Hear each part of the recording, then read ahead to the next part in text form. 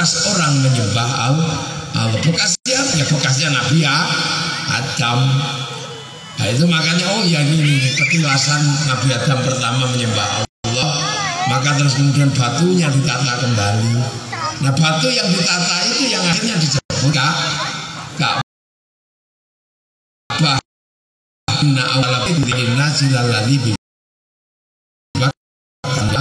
mubarakah. Terus Nabi Ibrahim berdoa, Rabbana ini askantu min dzurriyyati biwadin ghairi dzi zar'in 'inda baitikal muharram. Rabbana liyuqimus sholata faj'al afidatan minan nasi tahwi ilaihim warzuqhum minas thamarati la'allahum yashkurun. Ya Allah, udah tadi itu anakku semoga mau beribadah sholat, disenangi orang dan mendapat rezeki buah-buahan. Nah tempat berdoa itu petilasannya disebut makom Ibrahim. Nabi Ismail membantu bapaknya, tempatnya dikasih nama Hijir Ismail. Terus tempatnya Siti Hajar cari air, jalan sana sini dikasih tanda namanya Sofa Marwah. Ini petilasan manusia menyembah Allah. Itulah. Terus setelah itu ketemu lagi manusia tentang Allah, terus nurut lagi, bahasa manusianya nurut.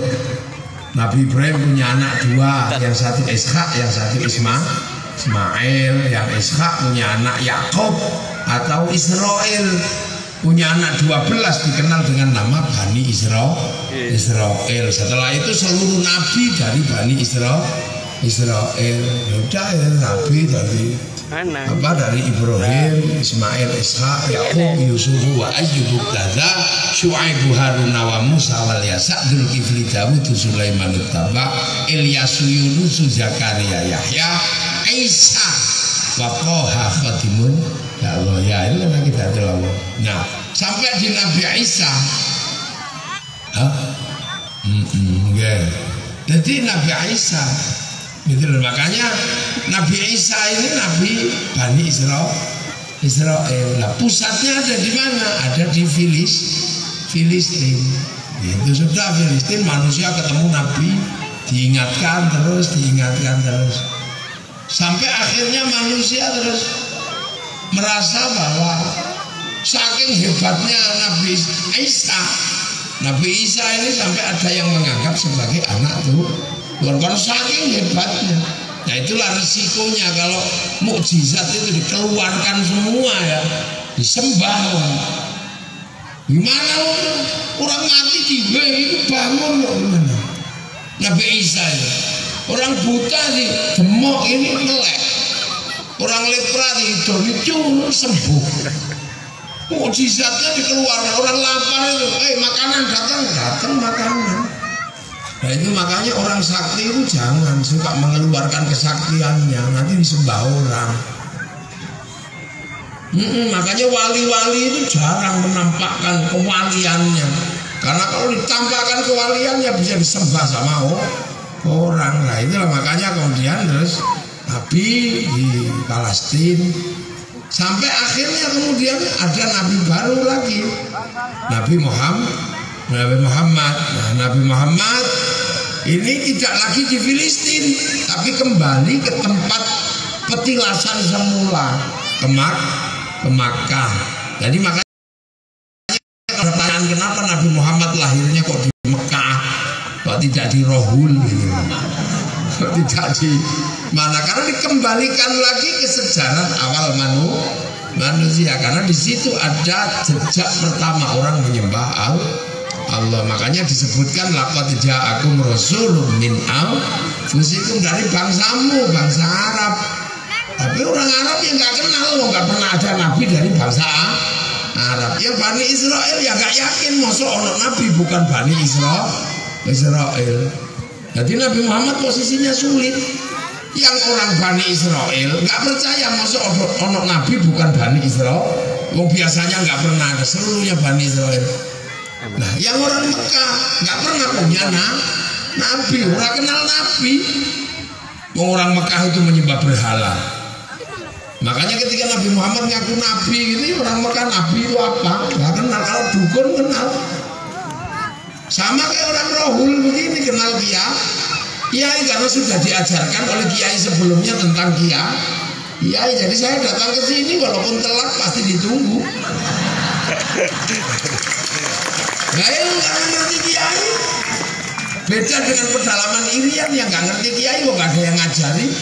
Saya datang ke sana dengan bentuk begini, paling dikira tim pemburu babi. Lah ya, karena mereka nggak kenal kiai, jadi makanya ini saya kesini ya tenang aja sampai telat-telat juga nggak apa-apa, paling juga ditunggu. Buktinya juga salaman masih royokan. Karena sudah ngerti kiai, karena oleh Kiai Mustafa diajari tentang sosok kiai. Nabi Muhammad itu lahir di Mekah. Mekah itu nggak ngerti Nabi, selamanya belum ada Nabi dari Mekah, nggak kenal. Jadi di kampungnya sendiri Nabi Muhammad itu nggak dikenal. Makanya sampean jangan heran, ulama itu pewaris Nabi, termasuk mewarisi. Kadang kalau kiai itu dari kampungnya, orang kampungnya juga nggak kenal. Sama sekarang, coba orang rohul di kiai ini sama orang rohul sendiri nggak mau. Kalau kemarin utang rokok di tempat saya mana itu? Nggih bener. Lu mau makan aja mekano kiai kok Jogja. Itu Nabi juga nggak dikenal di kampungnya, karena dipikir waktu kecil adalah waktu kecilnya gitu aja kok jadi Nabi. Nggak kenal. Makanya jangan salah kalau Abu Lahab, Abu Jahal itu nggak mau iman, wong ponakannya sendiri. Masa ponakanku jadi Nabi? Sama orang sini kadang kalau ada kiai, pamannya malah nggak terima kalau kiai ini ponakannya milik kiai yang jauh. Kiainya baik atau reko nggak mau, aku dibiat ponakanku dewi milik kiai yang jauh. Lebih baik kiainya jauh jalan kaki capek daripada ikut kiai ponakannya sendiri. Itu banyak begitu. Iya betul. Maksudnya itu lakone Islam itu. Nano dadak butuh kiai itu kok Jawa. Jadi makanya nggak dikenal. Jadi maka Nabi Muhammad kemudian melakukan pelajaran yang sama. Ya sama pelajaran Nabi itu mengingatkan kembali manusia kembali kepada Allah. Inna lillahi wa inna ilaihi raji'un. Nah, ngajar di sana Nabi, ngajar orang Mekah. Yang diajari Nabi ya orang Mekah. Nabi lahirnya di Mekah. Makanya sahabat yang pertama kali diajar itu ya orang Mekah. Abu Bakar, Umar, Utsman, Ali. Namanya ya begitu. Karena orang yang diajari Nabi pertama ya orang Mekah. Maka gak ada sahabat namanya Subandi. Ya gak ada. Gak ada ya. Ana wong iki. Ana.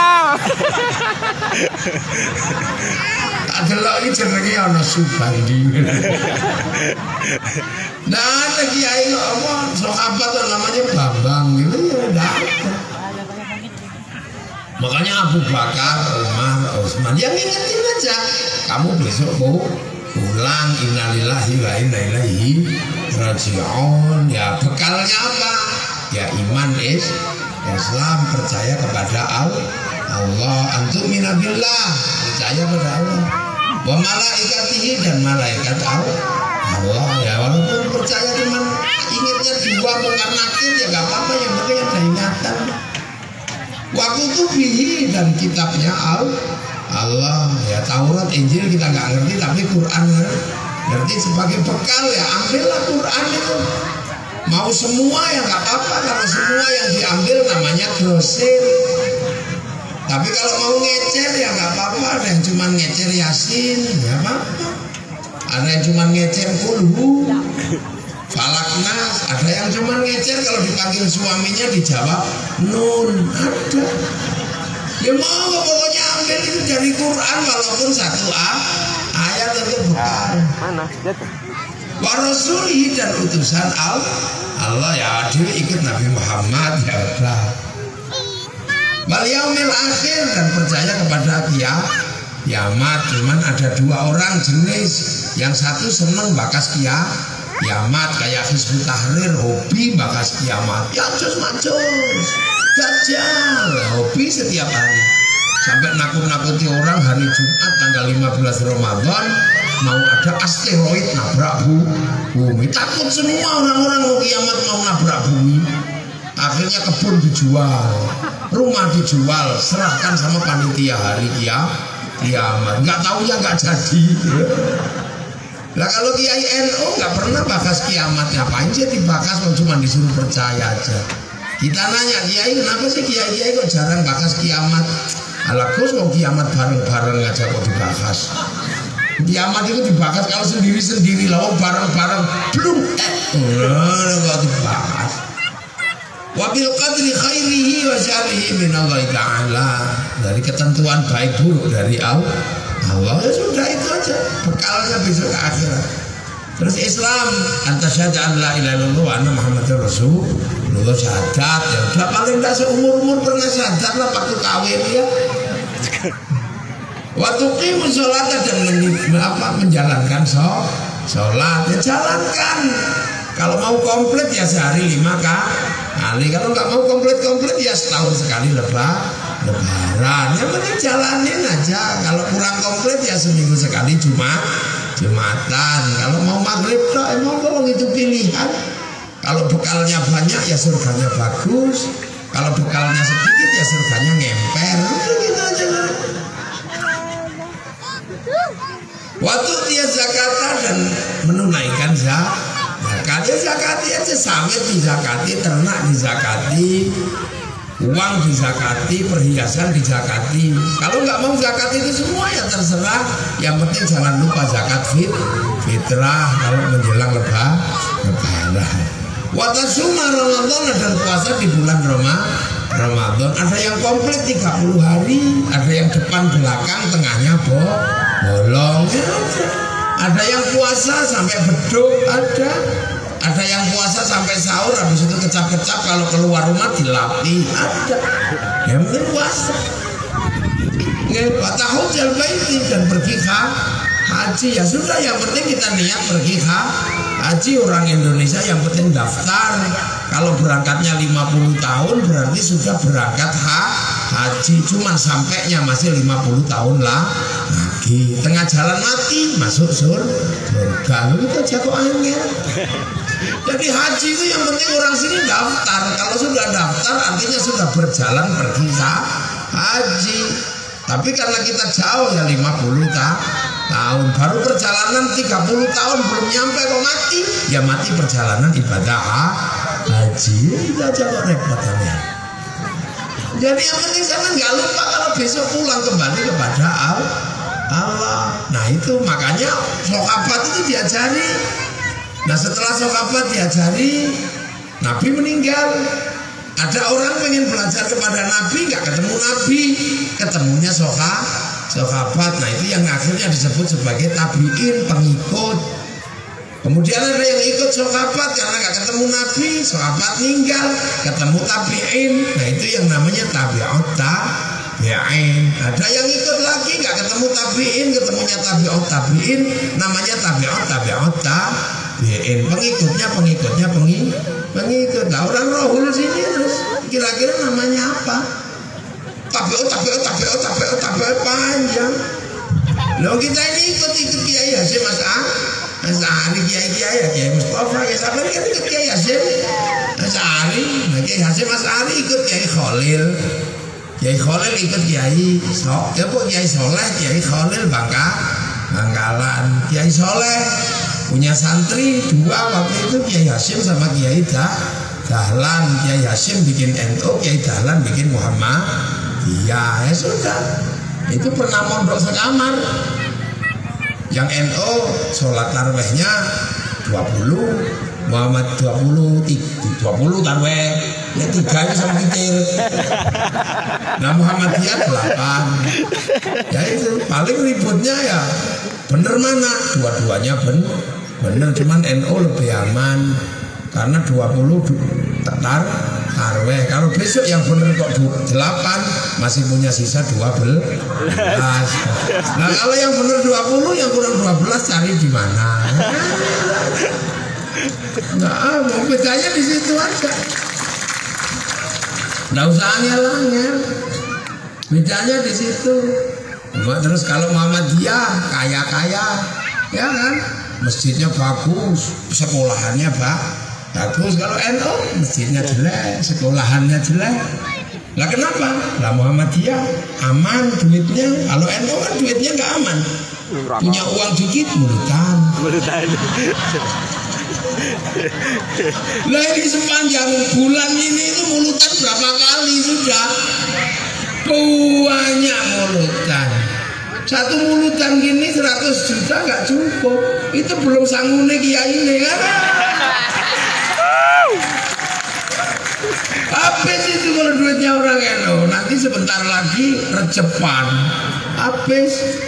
Nanti Pak Mulut ini sudah kolab si Abdul Qadir Al-Ji. Nah, entah meneh pite lagi melet-melet beleh meneh. Lah iki Recepan kok ruahan, sedekah bumi. Pite lagi netes entek meneh. Wedhus lagi mana entek meneh. Balibul bawa 5 bulan wis disembelih.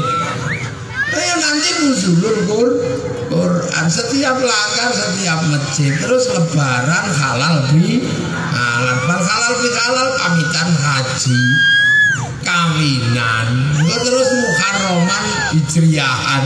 Entek duwe betina ngono mati entek duwe. Tapi kenapa? Tapi barokah. Makanya NU itu semakin hari semakin banyak dan semakin besar, bahkan menjadi organisasi Islam terbesar di dunia. Itu Nahdlatul Ulama. Bolone akeh.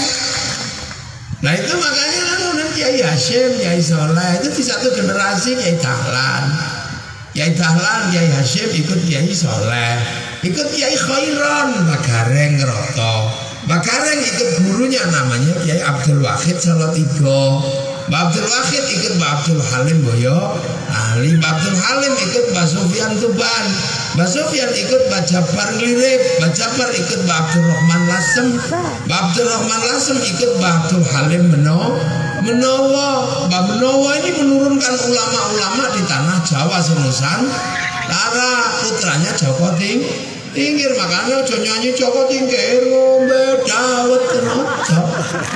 Joko Tingkir ini ikut Sunan Kali Joko, Sunan Kali Joko ikut Sunan Bonang, Mbah Bonang ikut Bang Ampel ikut Mbah Brohim Asmoro, kon diikut Syekh Jumadil Kubro, Syekh Jumadil Kubro ikut bapaknya di Pasai sini, Pasai namanya Sayyid Muhammad yang mendirikan kerajaan Pasai di zaman Sultan Malikus Saleh, Sultan Malikus Zahir.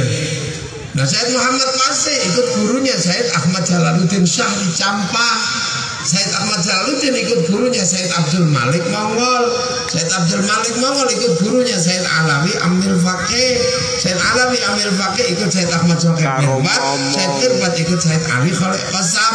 Sayyid Ali Khalid Qasam ikut Sayyid Alwi. Sayyid Alwi ikut Sayyid Muhammad. Sayyid Muhammad ikut Sayyid Alwi. Sayyid Alwi ikut Sayyid Ubaidillah. Sayyid Ubaidillah ikut Sayyid Ahmad Al-Muhajir. Sayyid Muhajir ikut Sayyid Isa. Sayyid Isa ikut Sayyid Muhammad. Sayyid Muhammad ikut Sayyid Ali Uraidi. Sayyid Ali Uraidi ikut Sayyid Ja'far Shadiq. Sayyid Ja'far Shadiq ikut Sayyid Bakir. Sayyid Bakir ikut Sayyid Ali Zainal Abidin.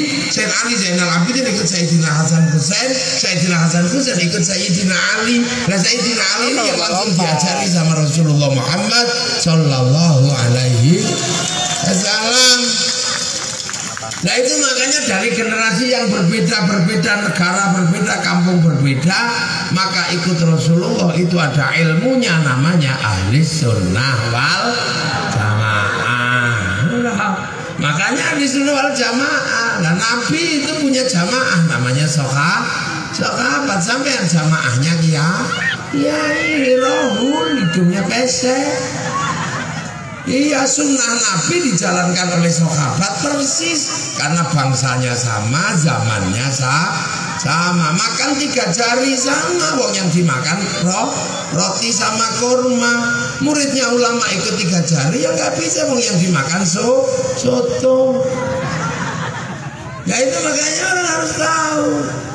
Sahabat muridnya Nabi kalau zikir diem gini hatinya kepada Allah. Muridnya ulama sini jadi diem gini ya tidur. Makanya ulama sini biar nggak tidur ikut yang gedek tangannya biar bisa berzikir dikasih tasbih ya Allah ya Allah ya Allah ya Allah. Kalau kurang cepet tarik rok. Nah, sahabat murid Nabi kalau sholat Allahu Akbar dipanah kakinya tidak kerasa. Makanya takbir mau gini nggak masalah. Sahabat itu sholatnya khusyuk. Nah muridnya kiai Allahu Akbar. Yo rukoi bolong. Allahu Akbar. Ini polisi. Keratak-keratak ya Allah sepatuku kehujanan. Ya bisa ini kelasnya sini Allahu Akbar. Ada ting enggak Bismillahirrahmanirrahim. Sabbihisma rabbikal a'la alladzi khalaqa fasawwa. Lama ini. Lah makanya kiai itu kalau sholat ya mengikuti gaya umatnya. Kalau umatnya tengok-tengok takbirnya nggak usah Allah Akbar. Nanti Buya itu nyetopopo ya gitu. Makanya kiai nggak usah milih yang digayangi si gile gini kalau takbir gitu.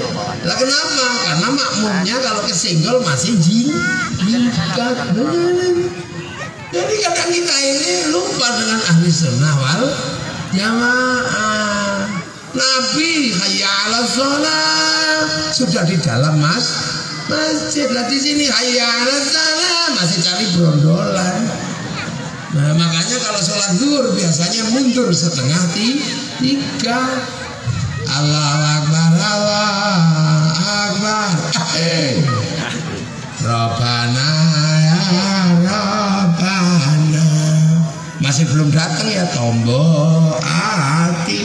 Wong wis pegel ya nambani atine deh. Kalau sudah nggak datang baru kiainya marah. Diurugi yang dengan jalanan. Lagi caranya ahli sunnah wal jamaah yang dipegang oleh Nahdlatul Ulama. Karena apa? Karena kita orang rohul. Makanya Nabi itu ditarik ke belakang waktu itu kan, masuk kembali kepada sejarah masalah lalu agar nggak lupa. Makanya umat Islam disuruh nengok masa lalu dengan apa? Dengan ibadah haji. Terus kalau sholat nggak boleh lupa sejarah Nabi Ibrahim. Maka kama sholai ta'ala Sayyidina Ibrahim. Lu kan Islam itu.